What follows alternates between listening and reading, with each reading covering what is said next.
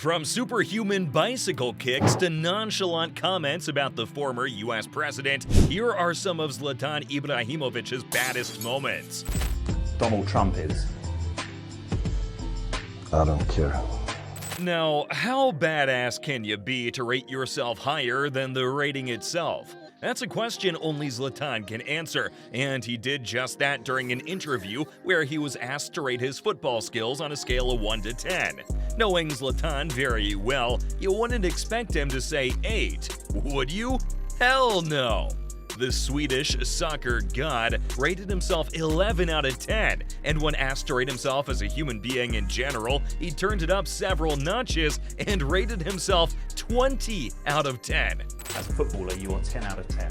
What about now? 11 out of 10. What about as a person? How much out of 10? 20 out of 10. As a person? Yes. Speaking of ratings, Zlatan didn't give a hoot about rating former US President Donald Trump. During a separate interview, he was asked to say the first thing that came to his mind after certain names were mentioned. The first two names were Usain Bolt and Muhammad Ali, to which he only had good things to say. But when Trump was mentioned, Zlatan, in the most arrogant manner possible, simply said, I don't care.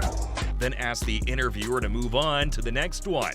This came as a huge surprise to the interviewer and probably everyone else watching, because of course, we all have something to say about Trump, don't we?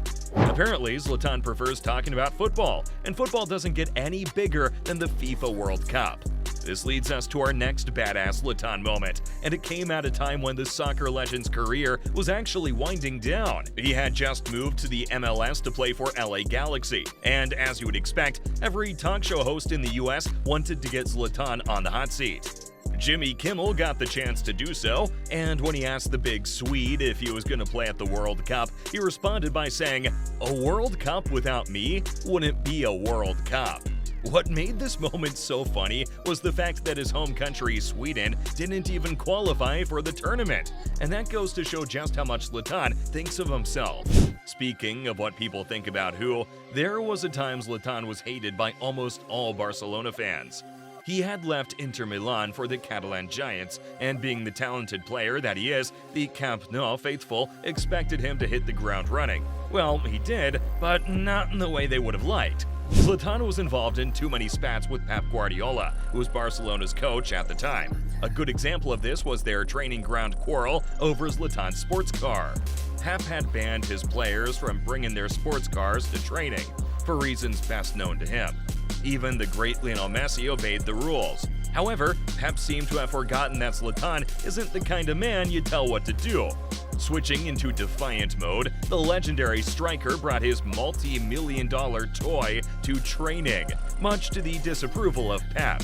This led to a heated argument between the two, and Zlatan cementing his stand that he can drive whatever car he chooses to. News of the spat spread quickly, and Barcelona fans began to dislike the big man. Little did they know he had a trick up his sleeve to make them love him again. Now, what better way to win over the heart of any Barcelona fan than scoring the winning goal against their major rivals, Real Madrid? This badass moment came in the 2009-2010 season, where Barcelona needed all 3 points to win the La Liga. Zlatan got the only goal of the game and handed his team a 3-point lead at the top of the table, and of course, the La Liga title. At that moment, Barcelona fans no longer cared about his troubles with their beloved coach. His goal had made him a title-winning hero, and that was that. Speaking of goals, did you know that besides Zlatan, only 2 other players in the modern era have managed to score as many as 500? You guessed right, it's Cristiano Ronaldo and Lionel Messi. Anyway, Zlatan didn't become a top scorer until he hit the subscribe button to our channel, and he suddenly became the GOAT. I'm about to make you a celebrity, so what are you waiting for, man? Hit that subscribe button already. So Zlatan hit the magic number while playing for LA Galaxy, and it was a truly special occasion.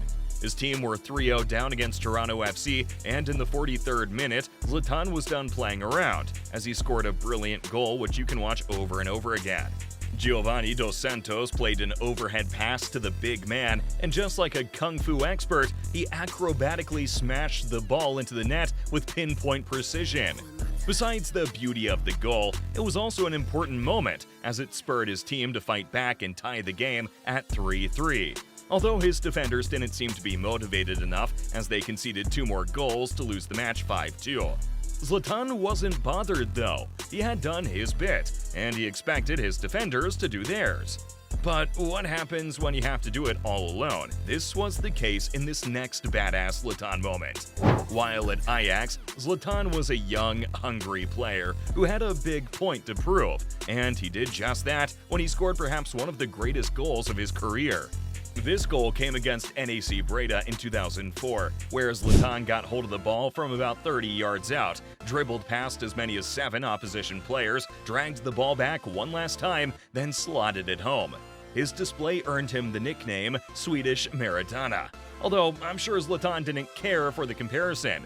All the same, this goal was a very important one for Zlatan for 2 major reasons. The first being that he was rumored to be heading to Juventus, and the fans didn't like that.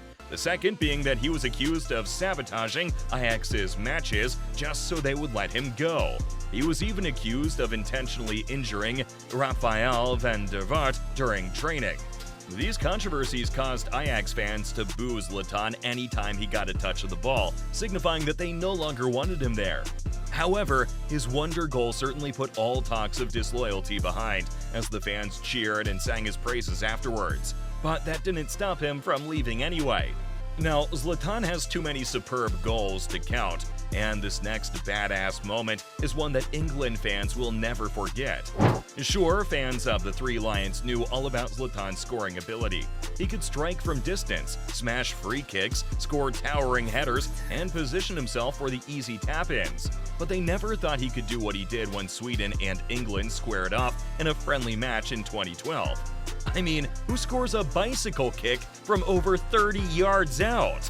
Well, that's exactly what Zlatan did when England keeper Joe Hart tried to throw the ball far up the pitch. Hart knew Zlatan was there, so he tried to throw the ball beyond him. However, the ball didn't travel as far as Hart would have wanted, but still, this was a whole 30 yards out. As the ball flew past Zlatan's head, he adjusted his body to a 45-degree angle and pulled off one of the most amazing strikes in football history. The ball flew beyond the entire England defense and keeper to land behind the goal line, and the whole stadium simply couldn't believe it. Joe Hart might have felt bad that his throw didn't evade the big man, but once again, it was 30 yards out, and Zlatan had no right to score a bicycle kick from such an impossible distance. After that match, Steven Gerrard called it the best goal he'd ever seen in his life, and I'm sure many would agree. Best goal? Maybe, yes. Best player in the world? Well, Messi and Ronaldo might not agree, and that leads us to our final Zlatan badass moment. The iconic Swede rates himself very highly, and he'd be the last person to admit that there's any player in the world better than he is. This was the case during an interview with France Football magazine, when he was asked if he thought Messi and Ronaldo were above him soccer-wise.